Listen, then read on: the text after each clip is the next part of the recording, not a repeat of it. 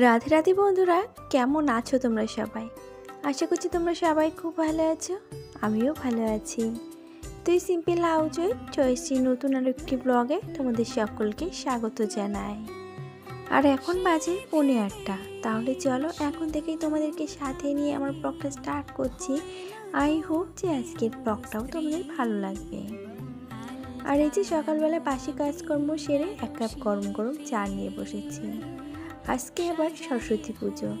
তো তোমাদের সকলের সরস্বতী পুজোটা কেমন কাটলো অবশ্যই একটা কমেন্টে জানিও। সংসারের খুঁটিনাটি কাজগুলো আজ একটু তাড়াহুড়োই করছি, কেননা আমাদের তো প্রতিদিন সংসারে এই খুঁটিনাটি কাজই থাকে। তবে এই যে দেখো, বাবুকে আবার গুছিয়ে রেডি করে পাঠিয়ে দিয়েছি। তো জানো তো, ওকে বলেছে ওর এক দাদু যে বই নিয়ে আসতে, তো বুদ্ধি করে অঙ্ক আর ইংলিশ বইটাই নিয়ে যাচ্ছে। তো আমি বললাম, তোর মাথায় এত বুদ্ধি এলো কী করে? তো বলছে কি জানো তো মা, বড় হতে গেলে অঙ্ক আর ইংলিশ এই দুটো শেখা লাগবে। তার জন্য মা সরস্বতীর কাছে এই বই দুটো দিয়ে আসবো, যাতে করে উনি এতে করে আমার বুদ্ধি দেয়। তো ওই জন্য সে বই দুটো নিয়ে চলে গেল। তার আগে চলে গেছে তার দাদা। তো আমি এদিকে সংসারের কাজকর্মগুলো সারছি, আর সেই ফাঁকে ফাঁকে ওদেরকে জামা পরিয়ে দেয়া, ওদেরকে গুছিয়ে দেওয়া, রেডি করে দেয়া। ওরা ফট করে দৌড়ে চলে গেল, তখন আর তোমাদের সামনে আনতে পারলাম না। তবে যেই বই খাতা নিতে আসলো সেই সময় আমি সুযোগ পেয়েছি, তার জন্য দেখিয়ে দিলাম। পাঞ্জাবি তো মোটে পরবে না, ধরে পেতে দুজনকে পরানো। তো বাবু, ছোটোবাবু পরেছে ইয়াশ কালারের পাঞ্জাবি, আর বড়বাবু পরেছে একটা গ্রিন কালারের মানে কচি কলা পাতা কালারের পাঞ্জাবি, যেটা ওর বৌদিমণি গিফট করেছিল। তো যাই হোক, এই যে ওদের কাজকর্ম তো করে দিয়েছি, ওরা যথারীতি স্কুলে চলে গেছে। আর ওই কাকা শ্বশুরের বাড়িতে ভাবছি যে সংসারের খুঁটিনাটি কাজকর্মগুলোকে সেরে তারপরে আমিও যাব একটু অঞ্জলি দিতে। প্রতি বছরই যাই স্কুলে অঞ্জলি দিতে, তবে ওই যে এসে আবার রান্নাবান্না করতে হয়, ঝামেলা, তখন আর ভালো লাগে না। ওই জন্য একটু তাড়াহুড়ো করে সংসারের কাজগুলোকে গুছিয়ে নিচ্ছি। আর আজ আর তোমাদের সঙ্গে মর্নিং থেকে শুরু করিনি, ওই জন্য মর্নিং পরে যে কাজগুলো আমার থাকে এক্সট্রা, সেইগুলোই তোমাদের সঙ্গে আজকে শেয়ার করছি। তবে চলো, এর সাথে বলে রাখি, আমার আজকের ভিডিওটি তোমাদের কেমন লাগলো একটা লাইক কমেন্ট করে জানাতে ভুলে যেও না। আর নতুন যদি কোনো বন্ধু আজকে ভিডিওটি এই পর্যন্ত দেখে থাকো, ভিডিওটি দেখে ভালো লাগলে চ্যানেলটিকে সাবস্ক্রাইব করে রাখতে পারো। আর পুরনো বন্ধুদেরকে জানাই অসংখ্য ধন্যবাদ আর অনেক ভালোবাসা। আর এই যে দেখো, উনানটাতে তো আর রান্না করছি না। আর এই বেশ কয়েকদিন ধরে হয়েছে এত মেঘলা যে মেঘলাই কাটছে না। আর রান্না না করার ফলে পিঁপড়ে তো একেবারে উনুনের নিচে বাসা বেঁধে রেখেছে। তো এখানকার যত জ্বালানি কাঠ ছিল আর উনানটা সবটাই একেবারে টেনে টুনে আমি ঘরের মধ্যে ঢুকিয়ে জায়গাটা ক্লিন করে দিলাম। যখন মনে হবে যে আমি আবার বাইরে রান্না করব ছোটো উনুনটায়, তখন আবার দেখা গেলো টেনে টুনে বের করে এনে আবার রান্না করব। আর উনানটা ঢোকাতে গিয়ে ভেতরে আমি পুরো একেবারে হাঁপিয়ে গেছি, জানো তো, মানে বলতে গেলে দম আটকে আসছিল। তো কি করব, তোমার দাদাভাইকে বললে তার নাকি সময় হয় না। বেশ কয়েকদিন ধরে তাকে বলছি যে উনানটা উঠিয়ে দাও, বলে আজ দিই কাল দিই। তো আজ আর তার অপেক্ষা করলাম না, কুথে ফেদে একেবারে উনুনটাকে যথারীতি জায়গায় রেখে দিয়েছি। তো যাই হোক, আমরা মেয়েরা কষ্ট সহ্য করেও কিন্তু একটা কাজ কমপ্লিট করতে পারি, কষ্ট সহ্য করেও কিন্তু একটা সুন্দর সংসারকে গড়ে তুলতে পারি, যেখানে না থাকে কোনো পারিশ্রমিক আর না থাকে নিঃস্বার্থ ভালোবাসা। এখানে কিন্তু বিনা পারিশ্রমিকে আর নিঃস্বার্থ ভালোবাসায় কিন্তু এই সংসারটা চলে। এখানে কিন্তু নিঃস্বার্থ না, এখানে কিন্তু স্বার্থ নিয়ে ভালোবাসা চলে। আমরা এই যে বংশ পরম্পরায় একটার পর একটা কাজ করে যাচ্ছি, সেটা কিন্তু নিজেদের স্বার্থে। অনেকে বলে যে আমি তোমার জন্য করছি, আমি বলবো না, সেটা কখনোই না। কেউ কিন্তু কারোর জন্য কোনো কিছুই করে না। যে যতটুকু করে সবটা তার নিজের জন্য করে, নিজের ভালো থাকার জন্য করে। নিজে ভালো থাকলে পরবর্তী যে থাকবে সেও ভালো থাকতে পারবে। তো এটা ভেবেই কিন্তু আমরা প্রত্যেকটা কাজ সংসারে এগিয়ে চলি।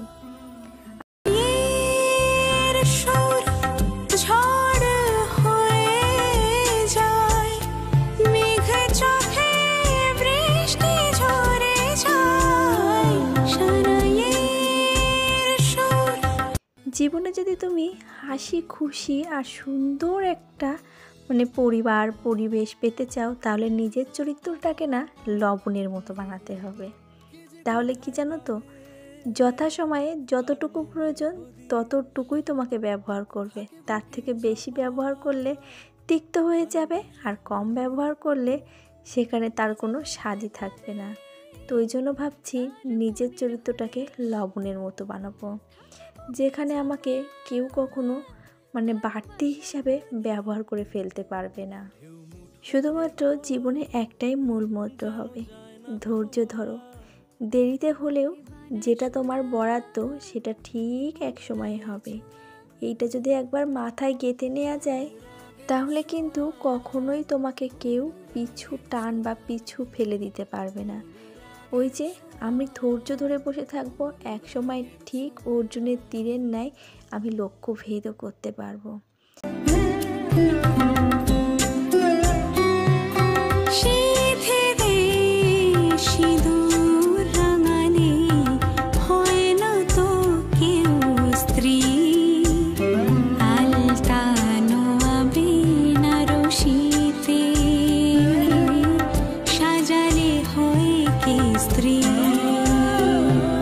আর এই তো সকাল সকাল রান্না বান্না করে একেবারে স্নান কমপ্লিট করেছি।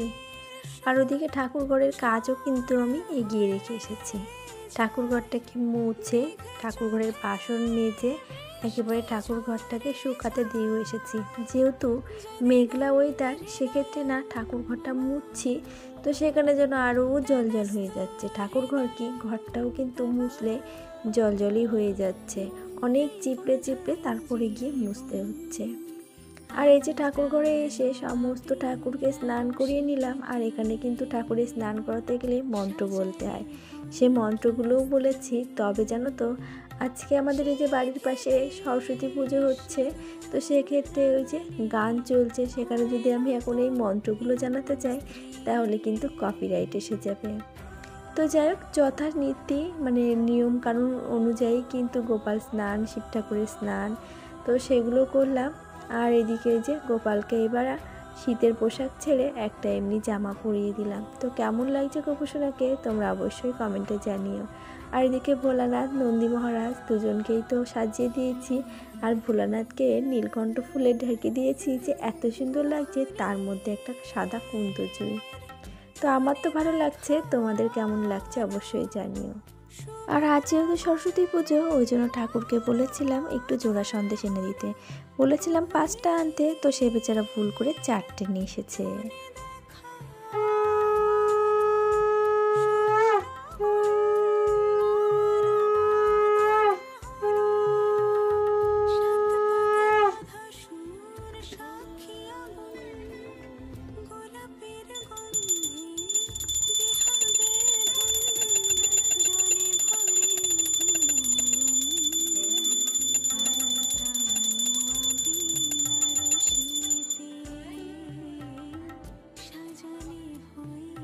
আর এই যে ঠাকুরকে আরতি করে তারপরে সকল ঠাকুরকে একটু প্রদীপের তাপ দিয়ে দিচ্ছি।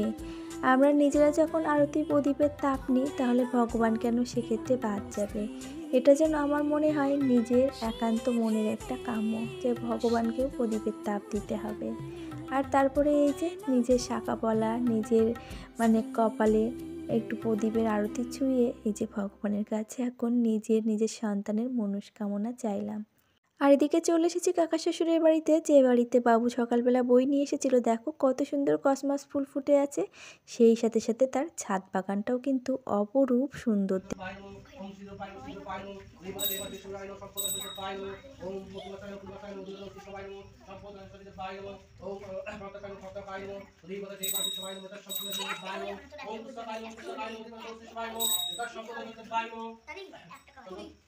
ওম চন্দ্রায় নমঃ চন্দ্রায় নমঃ চন্দ্রায় নমঃ ধীমতে নমঃ শিশবায় নমঃ যথায় সম্প্রদায় নমঃ শিশবায় নমঃ ওম শিবায় নমঃ শিবায় নমঃ ধীমতে দেবায় নমঃ শিশবায় নমঃ শিশবায় নমঃ ওম ভক্তায় নমঃ ভক্তায় নমঃ শিশবায় নমঃ যথায় সম্পকে ওম স্বস্তি ওম স্বস্তি পুস্তকে হস্তে ভগবতী ভারতী দেবী নমস্তুতে ওম তস্যাৎ ওম তস্যাৎ।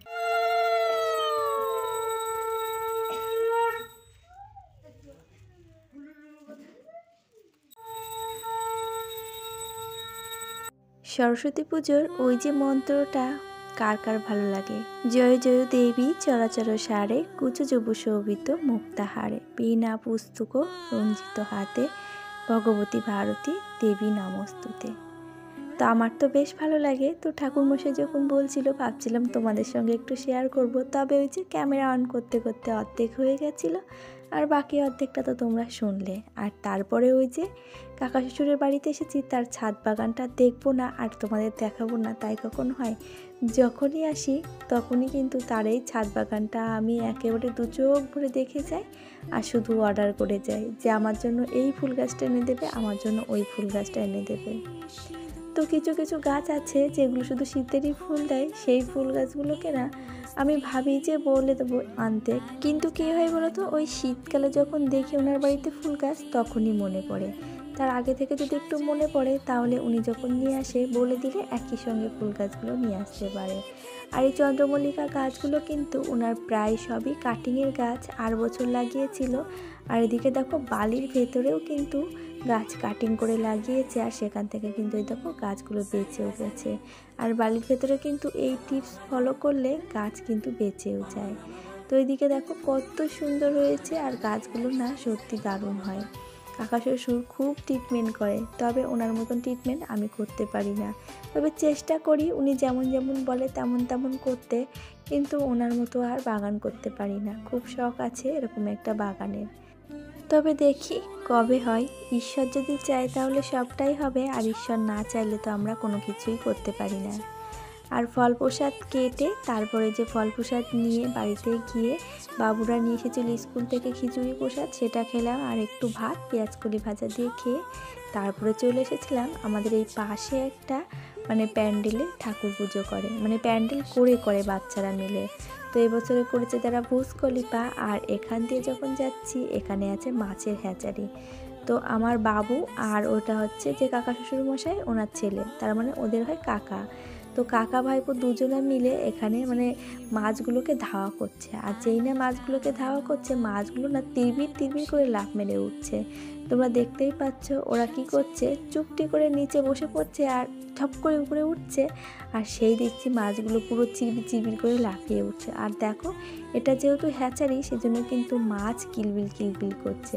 এখানে কি করে, মাছের ডিম থেকে বাচ্চা সৃষ্টি করে, সেই বাচ্চাগুলোকে তারপরে পিস হিসেবে বিক্রি করে। তো উপরে নেট দেখতে পাচ্ছ বকমামাদের জন্য বন্ধ করে রেখে দিয়েছে, আর দুজনা ওই দাঁড়িয়ে দাঁড়িয়ে ওই কাজটাই করছে। এইদিকে দেখো এখনও অবধি কিন্তু দুজনা দুষ্টুমি করেই যাচ্ছে। তো থাক, ওরা ওর দিকে দুষ্টুমি করুক, আর আমি এইদিকে দেখো সবজি খেতে আলুর ওইদিকে ফুল ফুটেছে, জানো তো আলু শাকও খাওয়া যায়। তো একদিন ভাবছি আলু শাক এনে রান্না করব। আর এদিকে এখনও বাঁধাকপি আছে, পেঁয়াজকলি আছে। আর এই যে প্যান্ডেলটা দেখতে এসেছিলাম ঠাকুর, এটাই আমাদের এখানে এবারে ইউনিক করেছে, ভুসকলিপা বানিয়েছে অনেকগুলো বাচ্চা মিলে। আর প্রতি বছরই এখানে পুজো করে বাচ্চারা মিলে, আর বলে আমরা সবাই পূজা কমিটি। তো যাই হোক, এই যে ভুসকলিপা দেখলাম আর তোমাদেরকেও দেখালাম। রাত্রের লাইটিংয়ে হয়তো আরও বেশি সুন্দর লাগবে ওদের এই প্রচেষ্টা। আর ওই যে পেছনে ফেলে রেখে এসেছি প্যান্ডেলটা। আর এখন বিকাল হয়ে এসেছে, বাড়ি গিয়ে বাড়ির কাজকর্মগুলো সব করতে হবে। আর এদিকে কিন্তু কাকা ভাইপো দুজনে এখনও দুষ্টুমি করে যাচ্ছে। তাহলে চলো আজ আসি, সকলে খুব ভালো থেকো, আবারও দেখা হবে।